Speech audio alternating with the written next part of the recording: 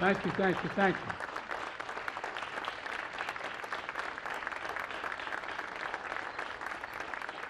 Now, I assume you're standing in case you have to run when the rain starts. Please, have a seat. Rox, thank you very much for all you do to fight for American steelworkers. I mean that sincerely.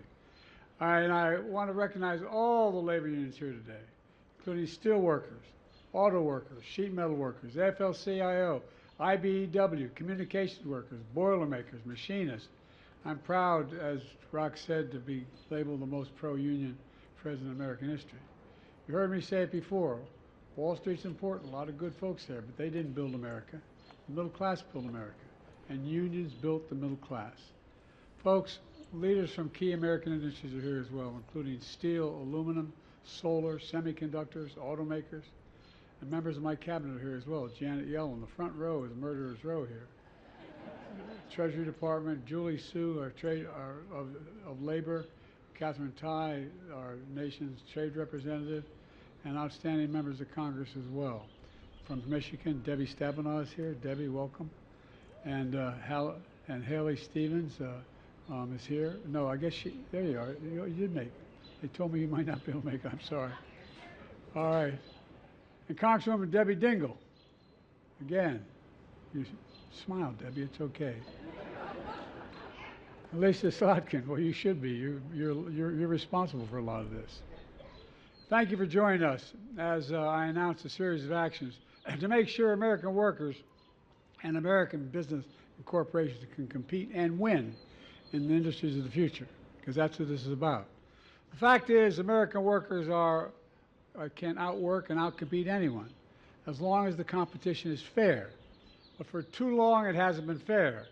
For years, the Chinese government has poured state money into Chinese companies across a whole range of industries: steel and aluminum, semiconductors, electric vehicles, solar panels, the industries of the future, and even critical health equipment like gloves and masks. China heavily subsidized all these products, pushing Chinese companies to produce far more than the rest of the world can absorb, and then dumping the excess products onto the market at unfairly low prices, driving other manufacturers around the world out of business. You know, I won't go into it, but we were talking today about how many aluminum plants there used to be and how many there are now. The price is unfairly low because Chinese companies don't need to worry about a profit, because the Chinese government subsidizes them and subsidizes them heavily. And the Chinese relies on other anti-competitive tactics as well, like forcing American companies to transfer their technology in order to do business in China. I spent a lot of time with Xi Jinping. Early on, I told him, he said, "Why am I being unfair with China?" Not unfair. I said, "Look, we'll play by the same rules if you want. If you want to do business in China, you got to have a 51% Chinese owner. You got to provide access to all your intellectual property, etc. You want to do that in America? With silence. Sometimes they just outright steal through cyber espionage and other means. And it's been well documented and internationally recognized. And when you make tactics like these, you're not competing. It's not competition. It's cheating. And we've seen damage here in America. To name one example, back in 2000, when cheap steel from China began to flood the market, U.S. steel towns across Pennsylvania and Ohio were hit hard, and any of you from those areas know well. More than 1,800 iron workers and steel workers in Pennsylvania and Ohio lost their jobs. I'm not going to let that happen again. That's why today I'm announcing new tariffs in key sectors of the economy that are going to ensure that our workers are not held back by unfair trade practices. They include, the thing I'm announcing today, 25% tariff on Chinese steel and aluminum products, and we'll counter China's overcapacity in these industries. And we're making major investments in clean American steel and aluminum. Clean American steel and aluminum. It's a big deal. Clean because of the way we manufacture it here. It emits half as much carbon as steel made in China. Last month, my administration announced the largest investment in clean manufacturing in all of history, up to $1.5 billion in 6 clean steel projects across America, creating and supporting thousands of union jobs. Next, a 100% tariff on electric vehicles made in China. People say, wow.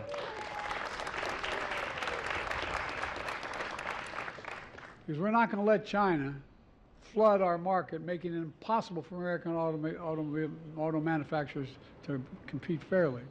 We're also implementing a 25% tariff on electric vehicle batteries from China and a 25% tariff on critical minerals that make those batteries.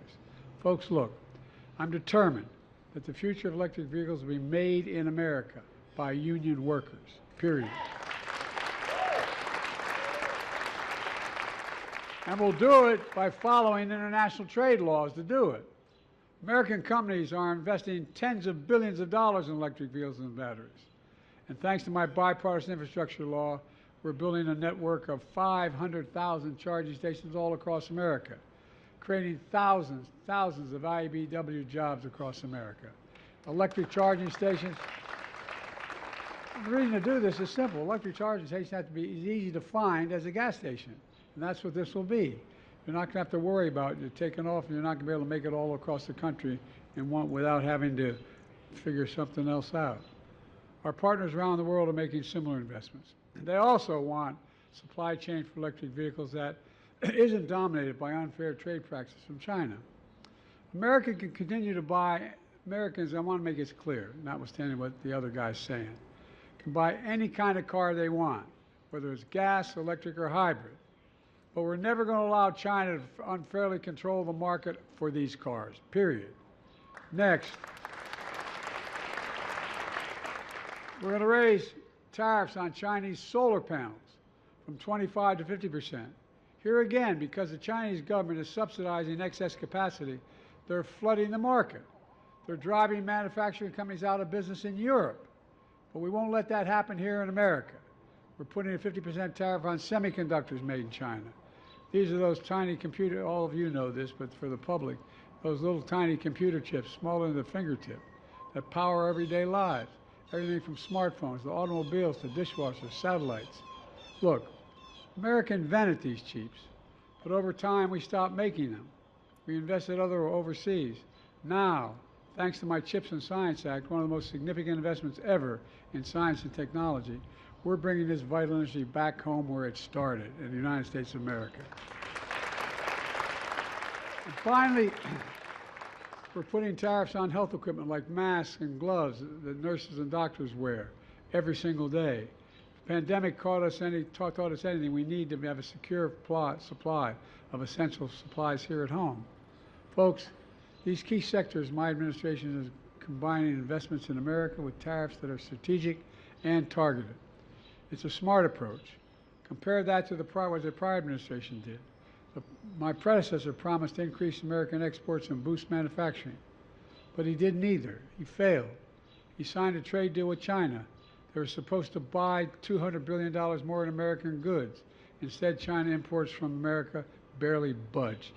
And now Trump and the MAGA Republicans want across-the-board tariffs on all imports from all countries if reelected. Well, that would drive up costs for families on an average of $1,500 per year each year. It simply doesn't get it. For years, I've heard many Republicans, even Democratic friends, say China's not on the rise. China is on the rise. America's falling behind. I've always believed they got it wrong.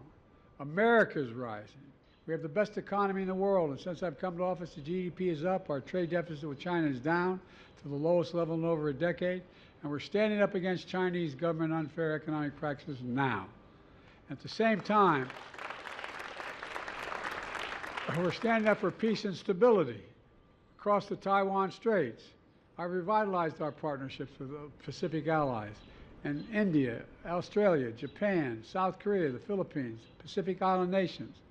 I've made sure the most advanced American technologies we develop or invent can't be used by the Chinese government to undermine our national security. Frankly, before it rains, for all this tough talk on China, it never occurred to my predecessor to do any of that. Bottom line, I want fair competition with China, not conflict, and we're in a stronger position to win that economic competition in the 21st century against China than anyone else because we're investing in America again, in American workers. Let me close with this. I come from Scranton, a town like a lot of working class, middle class neighborhoods all across America.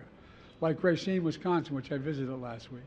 Once a manufacturing boom town until trickle-down economics came along and the middle class in Racine got hollowed out. 6 years ago, my predecessor showed up carrying a golden shovel, promising, thanks to his new $10 billion manufacturing complex, would be built in Racine. He said it would be the eighth wonder of the world, big promises that never came true.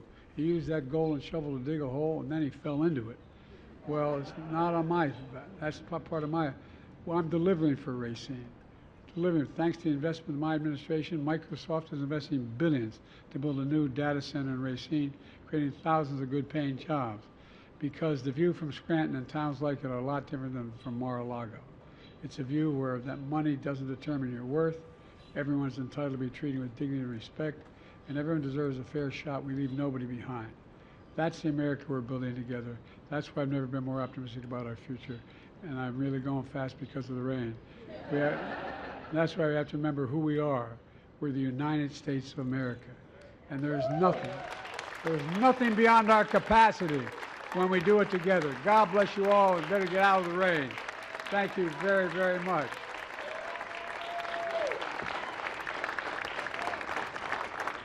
Thank you. Oh, we got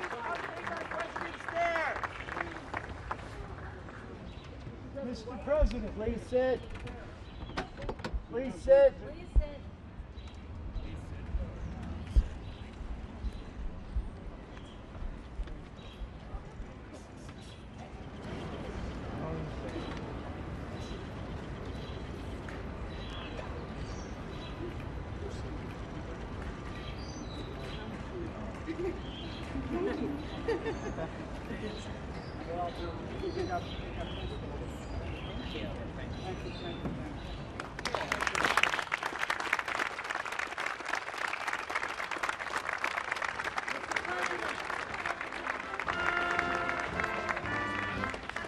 Mr. President, Trump said today China is eating our lunch. What do you say in response?